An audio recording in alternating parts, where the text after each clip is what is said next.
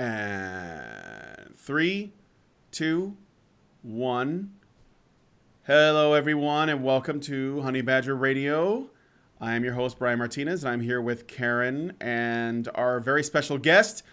She is a, let's see, I got my notes. She's a YouTuber, social, political, and cultural commentator, and the best part, she is living proof of the Streisand effect. Welcome to Honey Badger Radio, roaming Millennial. Thank you for taking the time to join us. Yeah, for sure. Thanks for having me on. Sure. So, I have always enjoyed your videos for a while.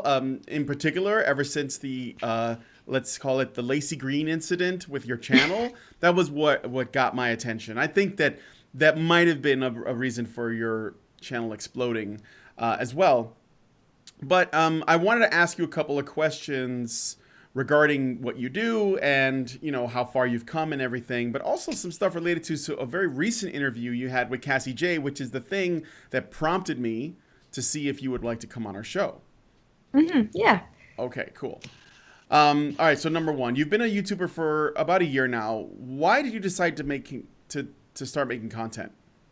Well, I've been a YouTuber for about 2 years. It's going to be 2 years in May, but before that, I wasn't a full-time YouTuber. I was just kind of uploading videos sporadically just as a hobby, but I kind of got interested in YouTube, I think the same reason anyone does. I enjoy talking about these issues, social political commentary. I kind of felt that at the time, there wasn't anyone saying the kinds of things that I believed or addressing things the way that I wanted to address them. So I thought, why not? And with YouTube, I mean, we as YouTubers, we all have our issues with them, but as a platform, I still think it's a great community and it's a great tool for people to have if they want to get involved in a conversation like the one around politics or social issues.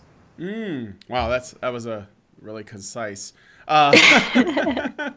Looks like you get asked that question a lot. Once or twice. Yeah. So I'm gonna try and throw you a couple of curveballs. So I know you talk about lots of different things.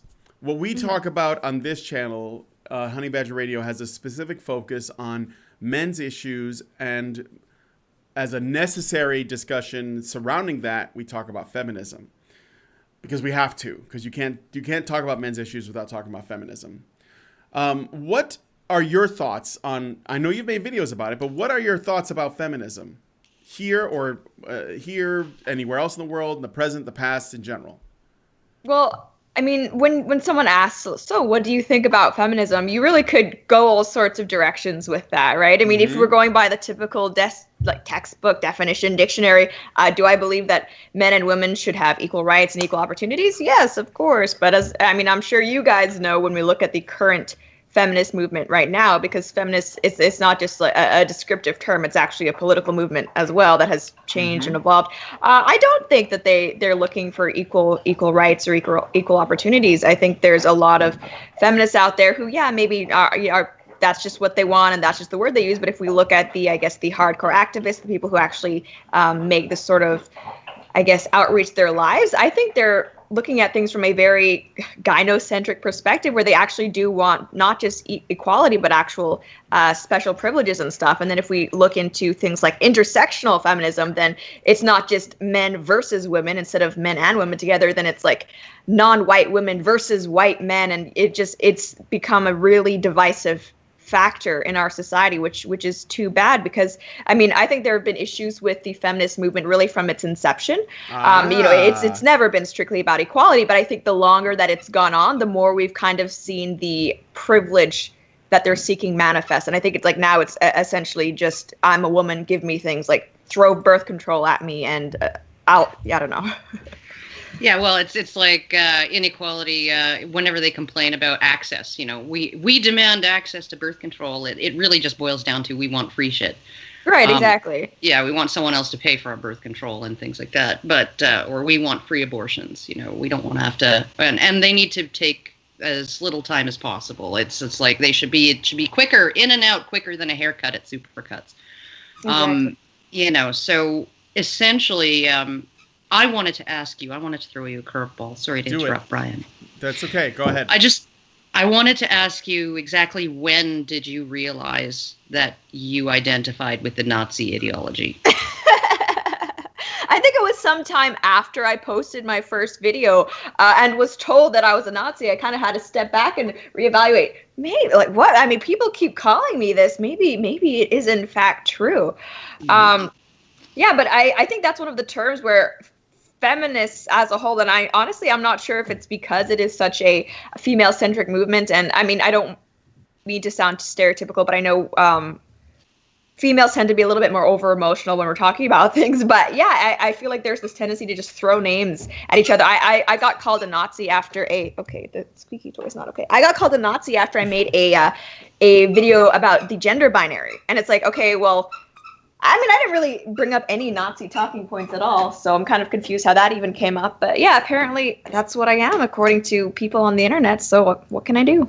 Well, you gotta shoot higher. You gotta get on that SPLC hate list because we are there. We made it. Especially Karen. Yeah, I saw that. And that's so. I mean, and at first when I heard about the SPLC, I thought it was just kind of like this joke that no one took seriously, like Salon or Jezebel or something. But people actually donate to them, which is shocking to me. Oh, they're worth like something like $300 million or something like that. I don't get it. I don't understand. And it's like all they do is take donations. I don't even know if they really do any kind of like they started off by doing lawsuits against the KKK to essentially make the KKK go broke, right? And so I mean, like, noble beginnings, I guess, but they all they do now is just collect money, pay their executive staff and their board of directors, and then collect more money. Mm-hmm. So yeah, they're a nonprofit worth $300 million. Man, and the only thing I've ever seen them do is just name groups that kind of go against the modern day progressive agenda and call them hate groups. Like, is that activism now? I doesn't seem like it to me, but apparently.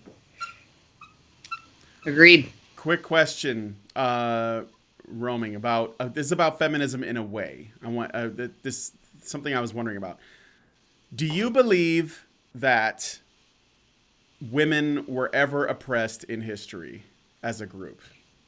Well, I think every group has been oppressed historically. Mm-hmm. I don't think there's one group where we can say you've always had it amazing. And I think if we look at things like I think suffrage is important, and women were denied suffrage. So, but then again, so were men until actually very, very recently when looking at when women were getting it. So I think a lot of the times when we talk about women's oppression, it's through the lens of that everyone else had it fine. And I think when we're looking at the past, we need to be a little bit more, a little bit more honest and say everyone was oppressed and every group has had to kind of fight for its rights, whether that's men or women. And it's been it's been different journeys for each of them, but I think that women and men have each had their different struggles. And I think when we talk about women's oppression now, especially, it's kind of obfuscated by a lot of the things that we take for granted in the West, right? Because the average feminist will say that oppression is ongoing. And I think that's very, very debatable, especially when we look at things from a global perspective. Mm-hmm. Well, I mean, I would make the argument that when it comes to the ideology of feminism, the goal is not to actually address women's issues. The goal is to continuously perpetuate more feminism. So that way there's always something new that we need to take care of with women. So we can keep sending us money, keep giving us gibs, it just goes on and on and on. So you watched The Red Pill. Did you learn anything from that film that you didn't know about before? Did it change your perspective? I thought the interviews were very, very illuminating because I forget her name, because I've also been watching the, I guess, outtakes that weren't included that she's been releasing. And Big Red. Shanty Binks. Her name is Shanty Binks. Shanty Binks. Shanty Binks. So I, before looking at Cassie's footage, had never, I guess, seen her in a non-yelling at the street corner fashion. So it was interesting to me to see how she kind of rationalizes her own behavior. And I think it's, it's not just that. These people, I think, obviously do have very different values than someone like me who's an egalitarian must have. But I think it helped me realize the kind of how different their worldview is right now, how different they perceive the world to be currently in terms of how women and men are treated, because if you listen to a lot of these people, you'd think that I don't know, women who attempt to leave the home are being rounded up on the street by religious police and being brought back to be impregnated by force, which is absolutely not true. So I think in feminism, there's not only the issue of, I guess, a values difference, but there's also, I think, a reality perception difference. Mm-hmm. Karen, you want to say something? I would definitely agree with that. The particular way that they see the world, and I think this actually comes down to sort of the sex differences, right? The differences in our psychology, some of which James Damore talked about, but that one of the most prominent being women being higher in trait neuroticism, which is just essentially being prone to negative emotion, right? And women are generally more sensitive to things like discomfort. They have a lower threshold of what they would consider to be an offense worthy of an apology, whether they're on the giving end of that offense or the receiving end of it. So they apologize more because they have that lower threshold, not because men don't feel apologizing is worthwhile, but because they have a higher threshold of what they would consider worthy of an apology. And so you look at all of these things, and then, I mean, Jordan Peterson had said something about, he thought that female psychology didn't evolve as female psychology. It didn't evolve to serve women so much as to serve the mother-child dyad, right? And when you have a much more vulnerable offspring that's always in your vicinity, in your immediate vicinity, you're going to be more sensitive to cold, you're going to be more alert to danger, you're going to be more likely to complain and say, you know, like, or, I mean, that's the early alert system, especially with the cold thing, right? Because women complain about the air conditioning all the time, right? Yes, absolutely. It's sexist, Karen, don't you know? But it's because we evolved to feel the cold more. Yeah.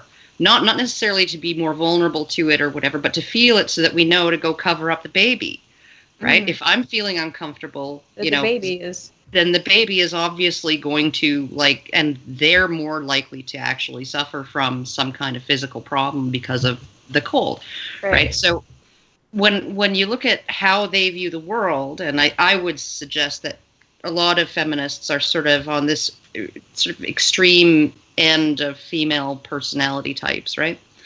On some assorted traits, right? They're on the extreme end.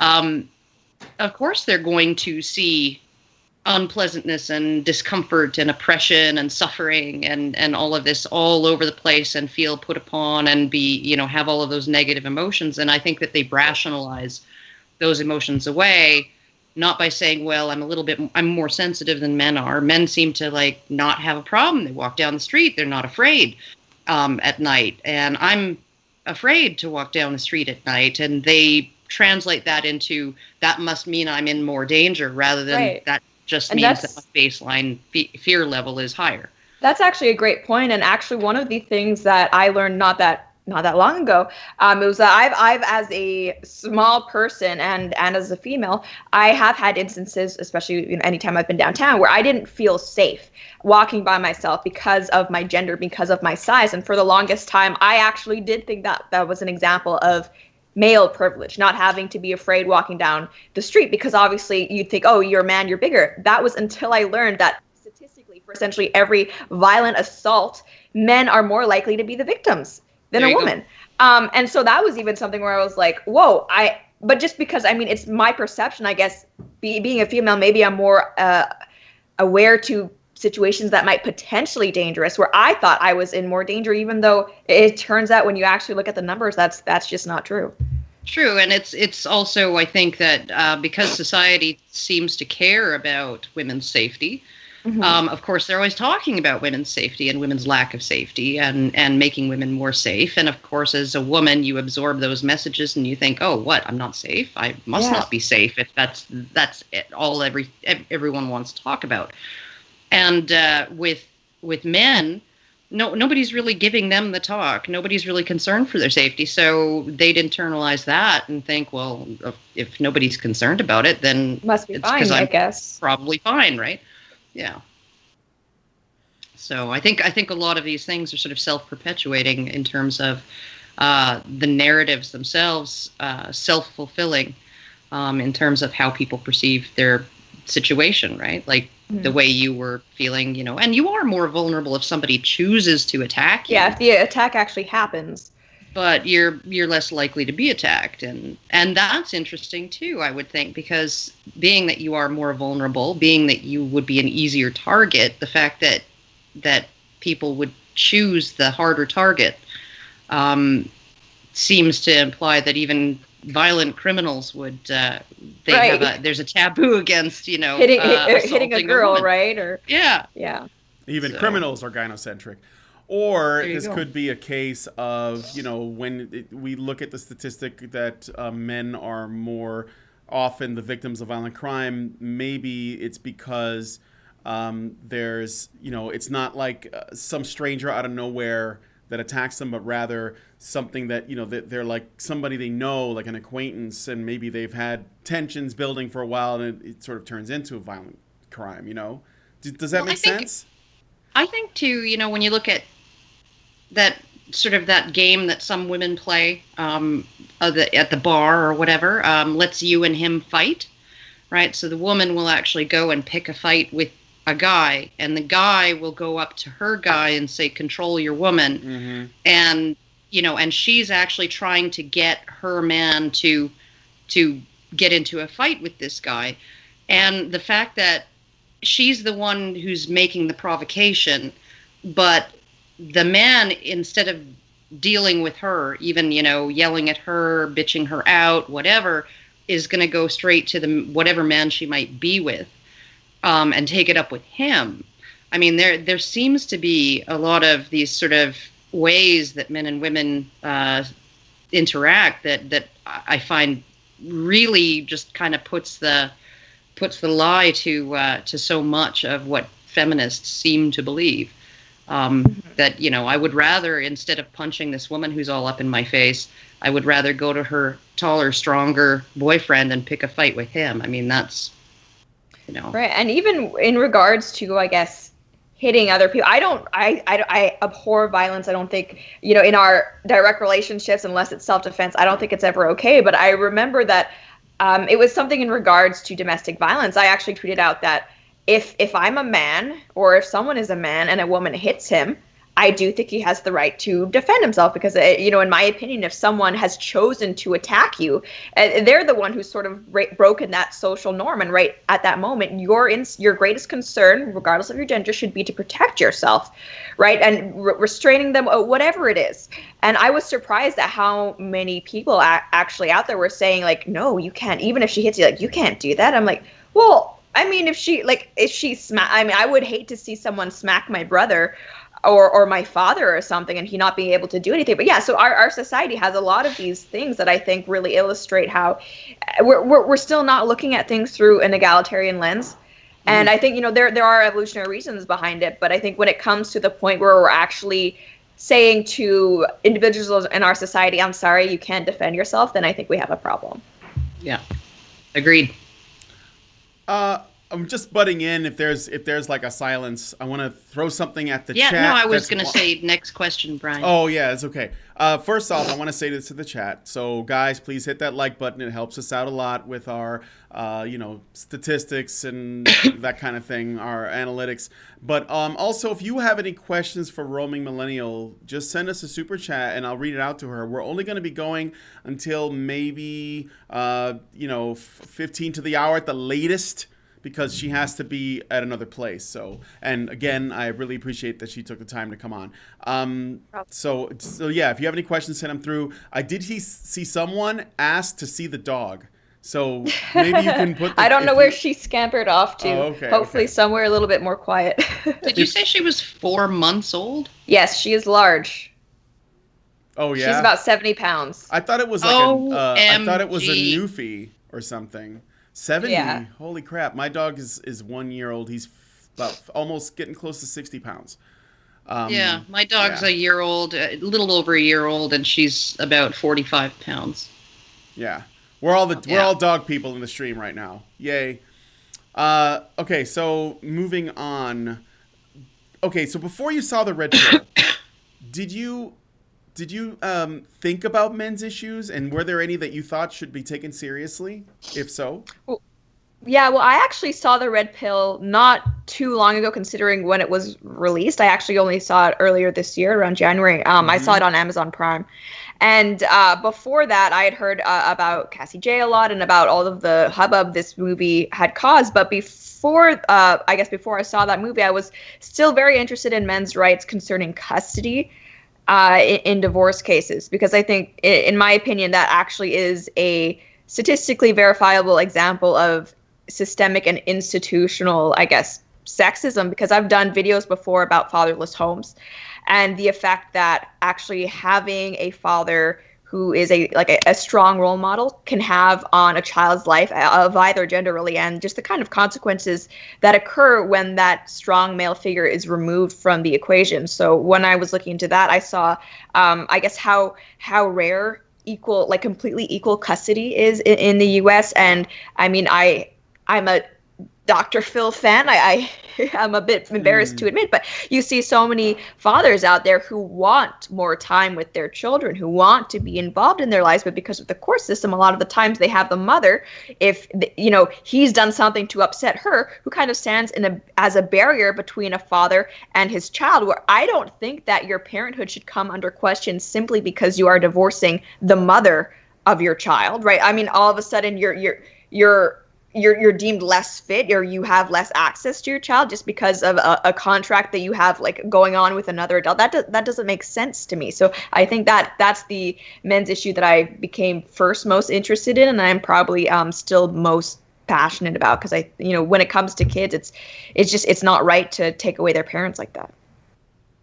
I would agree too, and I think that it's sort of indicative of where we are now, that the culture is sort of willing to prioritize the needs or desires or just wishes of adult women over what's best for their children, the needs and well-being of kids. So it's extremely frustrating for people like me too, because I mean, there's so much bad data out there in terms of, there was one report by, I think it was the Massachusetts Supreme Judicial Committee or something like that, that they made the point that when men seek custody, they get it, right? And so the reason why these men don't have custody is because none of them bother trying, right?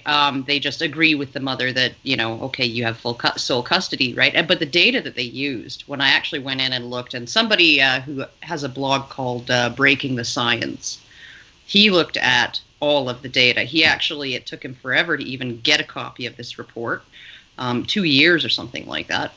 And then, of course, they cited some research that he couldn't get a hold of. So he called the actual researcher who had done this research, and she was like, they can't use the data that I collected to determine that. They can't, it's not suited for that purpose, right? So, I mean, and I still see people citing this report. It was from 1989 or something like that, as evidence that there's no bias in family court, no bias against fathers. And even if the data that they used was suitable for the purpose, even if you said, okay, well, this data is perfect, right, and it'll work, even when you crunch their own numbers, you still find that women who seek custody are 65% more likely to get some form of physical custody than men who do, right? So, and men are something like 6 times more likely, who seek custody, more likely to not get any custody at all than women are who seek custody, right? So, and I've brought this up in my videos, and I've always, every time I've mentioned it, had at least one feminist come and say, well, up until I'm not sure if it was the 70s or something, it was totally the other way. No. Women weren't getting their children. And okay, even if that is true, does that make the inequality now okay? Right. Yeah. And I feel like that is very representative of the feminist movement, because it's like, that's the thing about social justice, is the justice is kind of it's vengeful, right? Because that's what the justice system is. You have to penalize something for someone for something they've done wrong in the past, and it's right. I think the mentality that, oh well, because we've had it bad before, now we should have extra good, and at the expense of someone else's rights or parental rights, that, I mean, I can't get behind that, and I don't know how you can call yourself a promoter of equal rights of any type if you're saying that. Well, true, and you know, the 70s was before most people were born, right? Like, yeah, you know, like most of these people, most of these feminists, you know, the popular ones anyway. I mean, they weren't. I was born in 1970, right? And so I would not have lived through a custody battle, you know, prior to the 1970s, where I lost custody of my children to my ex-husband because of bias that went in the other direction, right? So, I mean, like, they're taking revenge based on things that never happened to them, right? And based on things that men did back then that have nothing to do with what men are doing now. And so it's kind of like an original sin kind of thing, you know. All these men who were born, you know, in 1980 or later are still somehow responsible for the actions of men who died before they were born. It's just almost like it's a religion. Almost. I saw someone in the chat ask about circumcision. Yeah, I was gonna bring that up. So I've been getting this ever since I said that we were gonna have you on, because there was a stream that you did like a few years ago with Hunter Avalone where you talked about male circumcision came up as a topic, and you said essentially that it wasn't in your mind at the time a very important issue. And so this was a few years ago. So people want to know what your thoughts are on circumcision now. Well, I think when I say it's not an important issue, that's not to say that it doesn't matter, but it's definitely not an issue that I consider myself an activist on behalf of, if that makes sense, right? And like currently, I think I've spoken to people about circumcision, and circumcising babies is not something that I'm supportive of. But at the same time, I would just like to mention that the WHO currently has initiatives for circumcising adults voluntarily in Africa as a way to reduce, I guess, the transmission of STIs. So I think, you know, when we're talking about a baby, like it's a question of bodily autonomy. And I think one thing that I've heard anti-circumcision advocates talk about is comparing it to female genital mutilation. There's a lot of different levels of female genital mutilation, one of which they actually completely cut off the genitalia entirely and sew it back up. So I think there's, you know, an issue of the accuracy of reflection, and it's not this. We have different organs, right? So there's not going to be a perfect, I guess, comparison. But I mean, it still is violating the bodily autonomy of a child, which I don't think is all right. And I wouldn't support it for my own child, definitely. And I'm also coming from a background. I mean, circumcision is really only prevalent, widespread for every person in the U.S. and Canada to a lesser degree. So I don't know if this is going to be an overshare in their opinion, but like no boys in my family are circumcised. That's just not something that like in Asia that's common, or even among French Canadians. Actually, so, in my culture, Puerto Ricans, we don't usually circumcise either. So I'm good. Yeah, no, and my ex was you know, English, well, Scottish heritage, lived in England, moved to Canada when he was 5 with his parents. And when people were asking me when I was pregnant with our first kid, you know, are you going to circumcise him? And I'd never even thought about it, right? Yeah. So I asked him, and he just said, no kid of mine is going to get part of his dick cut off. So that's the end of the conversation right there. And I was like, sounds good to me. Because, like, why would, you know, like, and I'm thinking to myself, okay, like, this is a man who's lived, at that point, he was like 40 or something like that. He's lived till age 40 with a foreskin and had no problems. So honestly, so I mean, but I think that there's there is a general trend. It's getting to be less and less and less in the U.S., less and less and less over time in Canada. And I think for me, because I really feel strongly about it, I would like to hasten that, right? And I understand that there are some people who disagree with it, but they're happy to just let the trend continue. Right? It's kind of like atheism, if you're an atheist or an anti-theist or whatever, and some of them are like, I need to destroy religion, I need to bring an end to it, I need to take an active role in putting an end to it, and sort of converting people away from their religion. Others are just kind of like, no, I'm looking at the trends, I'm liking what I'm seeing.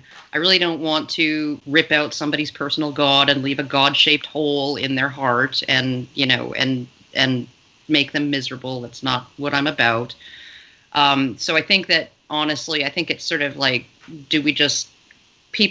people going to just let things take their natural course, which I think that they will, it'll take a while, or are they going to push for, to hasten that change? And I think, honestly, Iceland is a very, very brave country. They have suggested a bill that would outlaw genital cutting for both boys and girls. And the religious community, the Muslim and Jewish communities, are all in a tizzy over that and freaking out. So I mean, on that.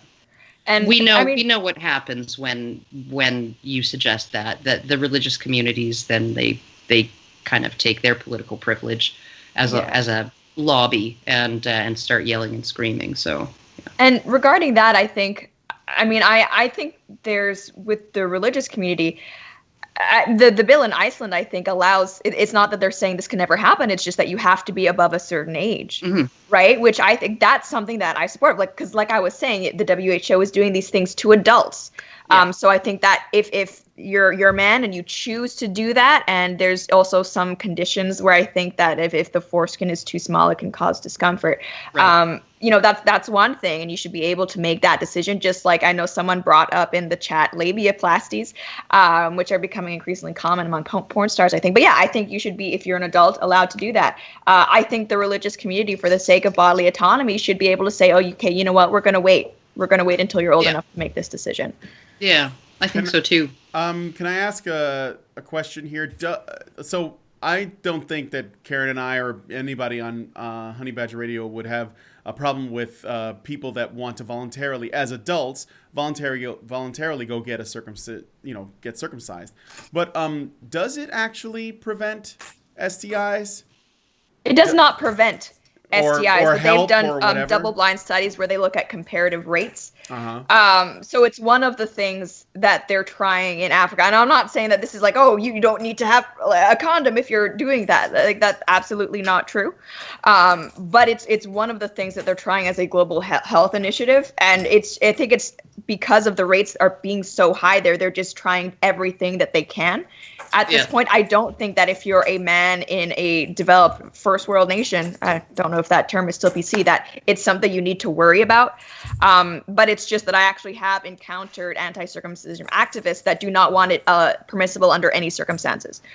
They feel very strongly about that. So that was one of the things that I kind of like, okay, hey, well, this is, these are people choosing to do it. Would you still have a problem with that? So that was, I guess, why I brought that up. No, I agree. I do think like the African studies, there were 3 of them. There are like some serious issues with them. Including what they did was they took the 2 groups, they circumcised one group right away. They gave them both sort of condoms and safety information and all of that, some sex ed, right? Circumcised the one group, then let them all go. And then 6 months later, I guess, followed up, right? And tested them to see if they'd acquired HIV. And so they found that fewer men in the circumcised group had acquired HIV, but they started timing it right from the point where the circumcised group was circumcised, which they needed anywhere from 3 weeks to 2 months to heal before they could even have sex, right? And then they came back several times. That group came back several times to check on their incisions, and were given more condoms and more sexual safety counseling, right? So essentially what you have is like a lead time bias. The studies, all three of them, were stopped early. Like they had a projected end date where they were gonna take measurements for however many months after the start. They ended them all early and said that, you know, our results are so wow, right? We're going to offer circumcision to even these men who were in the control group. And in reality, the improvement, right? So you're looking at, you have a 1.8% chance or something like that per unprotected sexual encounter of acquiring HIV, and it cut that by 60%. So you're looking at, you know, 1.8% down to 0.8% or something like that. So I mean, these are very, very small numbers, right, to begin with. And then what they've found now is that in some of these areas where they've had this program going, they're actually seeing rates increase. In what was it? Was it Tanzania? But they have seen rates of acquisition of HIV increase since they implemented this program, and they suggest that it is something called compensatory behavior. That these men, they've been told that they're circumcised, they're less at risk, they're not going to catch anything, and so they don't use condoms. So. Yeah, and I think with that, it is an area where it's like it's hard to study because I mean in the West we have the resources where we can easily practice safe sex. So it's really like, I mean, places like Africa where, and then even then, like, kind of making these studies is a little bit problematic. I would love to see them do more research onto this because I think AIDS in that area or HIV in that area is such a huge problem. But I mean, yeah, like I was saying, in the West, it's, you know, just be safe. It's not something that is safe unless you have like a specific condition that you need to do. And to see, I know there are some men out there who very much regret the fact that their parents chose to circumcise them. You know, they have sexual dysfunction issues, the like, decrease of sensitivity and stuff like that. If there's too much cut, it can, I guess, feel like uncomfortable all the time. And for me, that's just, it's hard to justify that just based on like, oh, some religious groups want to be able to do it, or, oh, it's what we've done for the longest time, so we might as well continue tradition. doing it. Yeah, to me, it's tradition is not a good enough reason to continue anything, really. Like that's not an in and of itself justification. Yeah, agreed. Perfect. All right. We're all in agreement.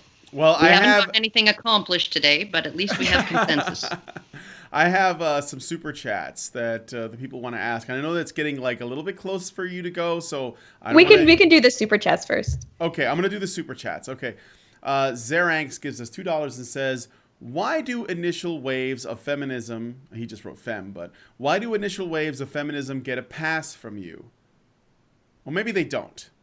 So like he's talking about first wave, second wave. Like it doesn't did, sound like it, she gave them a pass. So well, yeah, I think there's if we just look at, do I think women should have suffrage? Like, yes, but I think when you look at the original suffragettes movement, there was actually there was a lot more things that they didn't want poorer women. You know, there are groups who thought that it should only be like the landed aristocracy of women should have the equal votes. There was also feminists during that time who didn't want increased participation in things like the military and the draft, which was a huge part of, I guess, citizenship, like civic engagement for men to justify the votes and stuff like that. And if you look at the earliest feminists, I don't think that they were egalitarians. I think that they wanted votes for themselves. And none of the responsibility that comes with it. Because, right. So I can still agree with like, yeah, women should have votes, but I don't think that they were perfect by any means, especially when we're looking through an egalitarian lens of today. Yeah. Okay. All right. Insert jank, make me a sandwich, give me a thank you for feminism here. All right. So Lady Justice gives us 50 kronas. That's what the DKKs are, I believe. And says, to Romy Millennial, what was your first red pill moment and what got you started on speaking out against feminism? Those Ooh, things that's might not hard. be related, but First red pill moment. I don't know. I was so I didn't grow like I grew up in Asia, so I think a lot of the instances about like feminism, so that I didn't get exposed to until I was in college when I came to the States to study studies in at USC. So I think that was sort of the first time I was exposed to a lot of these ideas, and the first time I had an experience with, I guess, intersectional feminist was my roommate was having a gender studies class as part of her diversity requirement, and she was talking about men getting pregnant and how it needs to we need to examine the way we approach gender because of that, and how gender isn't a binary because of that. And I mean, that's not really anything to do with equal rights, but I think that was the first time when I kind of stood back and thought, okay, maybe feminism doesn't mean what I thought it did if this is what they're talking about. And not that I have an issue with trans people, but the fact that a trans man getting pregnant now means that there's no such thing as a gender binary. Gender is everything and nothing. I think that's just like, that you've taken several leaps there that I don't quite understand. Yeah. God, I wanted to. Well, Karen, if you wanted to say anything. No. I think that would be okay. that would be kind of the moment that you're like, Yeah. So yeah, you and this said, is being taught in a school, so I was like, Yeah. is this? I guess this is accepted. Like, is this? Does everyone think this? Am I just what? Where did this come from? So you said you came from China. So did they not have this kind of feminism in China at the time, or was your? Oh no. No. No. Yeah, and I grew up in I have lived in mainland China, but I grew up mainly in Hong Kong, which a former British colony. It was actually still a British colony the time I was there, and like absolutely not. Just no. I so many things were foreign. The idea of like pay gaps, even like gender roles were something that I think are much still more strongly enforced back there. There were just so many dynamics that until I came and lived in the West, I was just unfamiliar with. And I guess coming from my more, I guess not like traditional, but that makes it sound like, oh yeah, women get back in the house, and it wasn't even like that because Hong Kong is a modern metropolis city. Women have careers, but I guess it wasn't until I came to the West and it kind of that juxtaposed with my feminism-less upbringing that I sort of realized how modern day feminism conflicts with my more egalitarian perspective.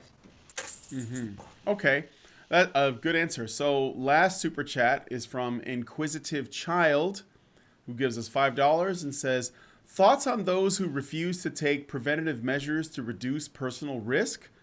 I shouldn't have to avoid dark alleys. That's like a quote that they put in there. So I guess... Yeah, go ahead. So I mean, we hear this a lot regarding the whole rape culture thing, and I know that there was a inventor or something who came up with some nail polish where if you put it in the drink and there's anything like Rohypnol or something, it reacts and changes the color. So, your drink's been spiked. And I know a lot of feminists were mad about that. It's like, well, instead of like doing this, why don't we just teach men not to rape, as if we're not currently teaching everybody not to rape. Yeah. Because if you think tell that criminals to stop doing criminal stuff, they'll realize the error of their we should ways just and outlaw stop. crime.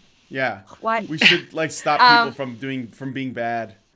Yeah, and I think that's an interesting. I mean, yeah, obviously in a perfect world, everyone would just we wouldn't have to do anything. But do you lock your house door when you're gone? Do you lock your car door when you're gone? I mean, people shouldn't steal. People shouldn't carjack, but you still lock your car door when you're gone. And I think that we all have the responsibility to, I guess, make wise decisions, and that's not to victim blame. That's not to say that it's your fault if you get attacked, but at the same time, we don't want to make it easy, and we don't want to put ourselves in situations where that might be more likely. I don't think that's, in my opinion, I don't think that's victim blaming. I think that's just trying to avoid bad situations, and I do that all the time too. I don't. I mean, I live in a safe area. For me, it's kind of like I don't want to park my car on this street and leave it where it's a lot of people just loitering, and I don't have an alarm system. I just have a lock, right? Mm-hmm. And it's the same thing when I first lived in LA by myself when I was in university. I never had to lock my doors before that, but all of a sudden I'm locking my doors even when I'm home, and I think that's just being smart. Yeah, absolutely. I got one more super chat that just came from Inquisitive for $2 that says, "Awesome, thank you for answering that last question." Roaming, what do you think about? Have you thought much about MRAs before the red pill? Like, what do you think about what we do, and like I guess how it relates to your sort of political views and stuff? Well, I think when I first heard of MRAs, it was I think I made a video about like third wave feminism, and I think a lot of people out there confuse MRAs with MGTOW, or like equate the two as being the same. Oh yeah, absolutely. The mainstream media. I just want to get this in there. The mainstream media always conflates the MRM, the MGTOWs, and the PUAs, and also just like incels that are really angry and other groups. Basically, everyone that hangs around, I guess, in the manosphere on Reddit and stuff, they just sort of lump it all together and cherry pick the worst examples to make us look as bad as possible, or they just go to David Futrell for all their info. And so, yeah, that's likely what you heard because that's what most people hear. Go on. Well, I think the thing with like MRAs is that even when it comes to feminism, I don't have an issue with women focusing specifically on issues that affect women in a special way. Like if feminists want to talk about striking a work-life balance as a motherhood, that definitely is something that women have to deal with. Or if you are a woman and you're maybe you want to be in STEM, you're not sure how to navigate that. Yeah, maybe some guidance there. And the same goes with men. There are issues that are very, very specific to men, whether it's, the homelessness issue that affects men disproportionately, things like suicide, workplace accidents, even custody battles. I have no problem with us being focused and specific and confronting certain issues of inequality, which there absolutely still exists, right? I mean, we face different challenges as different genders. And I don't have a problem with some men, men and women looking at the men's side of that specifically. And I'm not sure why it seems like that's such an issue for some feminists.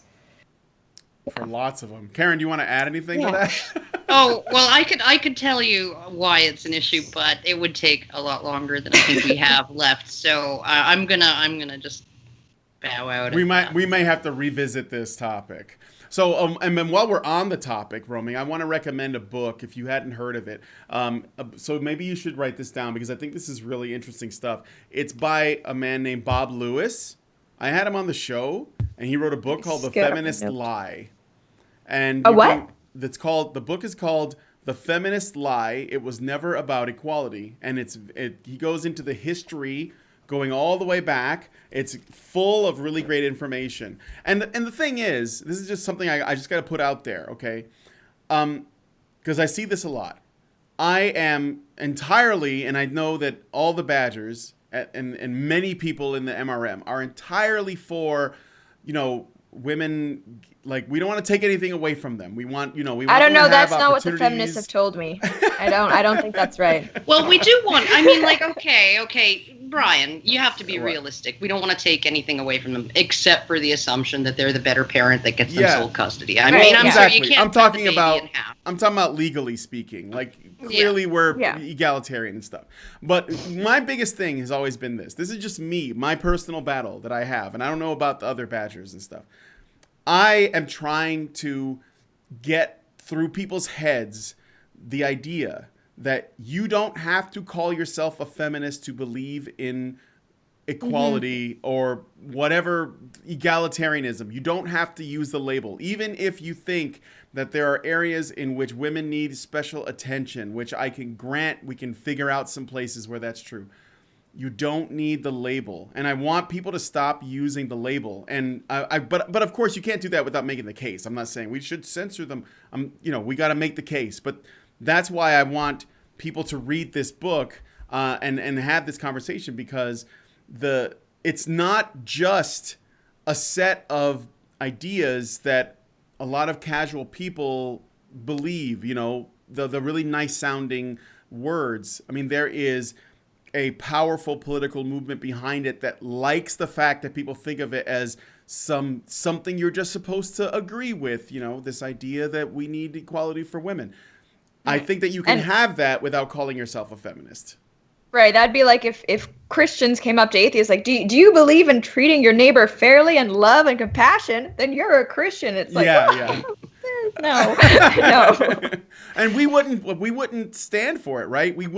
Most people wouldn't say, oh, well, you guys don't get to define what the terms are of this definition. But when it comes to feminism, that way too many people are like, yeah, I mean, I believe in equality. Well, I guess that's what I am now. And that's what they want. They want to be able to say everybody's a feminist. That's why, is it Milo often cites this statistic of, you know, like, oh, only this small percentage, I forget what the number is, but this very small percentage 7% of British women. Yeah, 7% of British women identify as feminists, and he thinks that that's a win. But what he doesn't understand is if you ask them about feminist ideas without calling them feminist ideas, like you say, do you think that women are underpaid in the workplace, or do you think that, you know, there is a rape culture, or do you think that you know, women need extra help? There'd probably be a much larger percentage of women that would agree, but wouldn't call themselves feminists. And so it's not just it's basically something that where you can't just like go along with the label. You have to like push against it. And I mean, that's what I'm doing anyway. And also getting people to realize that it's not necessary to care about, you know, to care about people and at the same time care about the truth. You know, just like try to understand what the facts are. So those are my thoughts. I don't know what you think about that.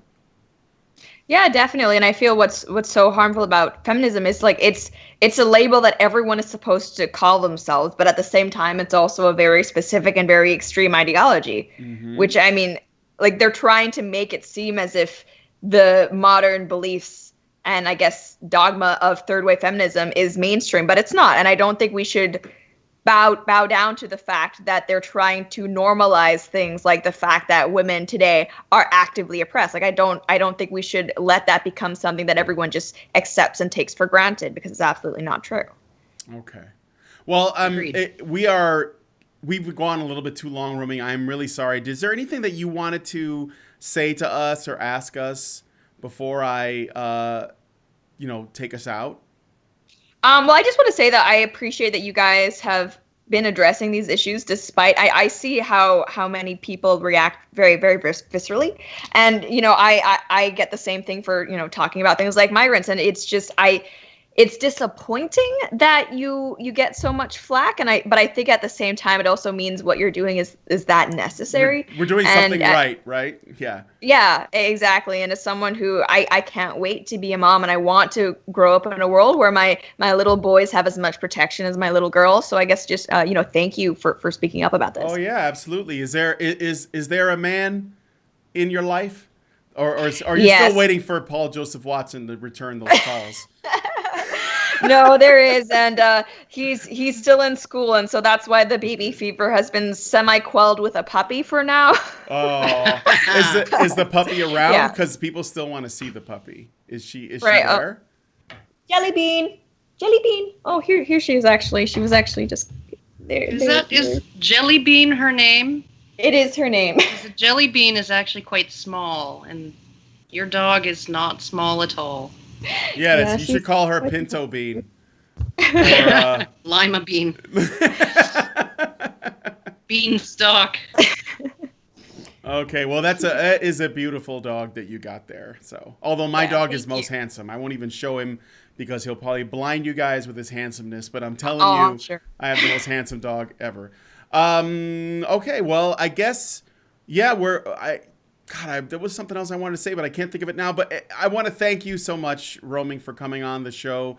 And I hope that we didn't make you too late. And maybe we can it's a dentist appointment. They'll deal. Oh, okay. Maybe we can get you back probably on running behind sometime. Anyway. Yeah. We can talk about other stuff, you know, hopefully in the future. So, yeah, I guess that's it. Thanks, Roaming, so much for coming on. Thank you guys for watching us on this Fireside Chat. Thanks, Karen, for hanging out and bringing some legitimacy to the stream, because I don't think I could have done that. And yeah, so I guess I'll talk to you guys next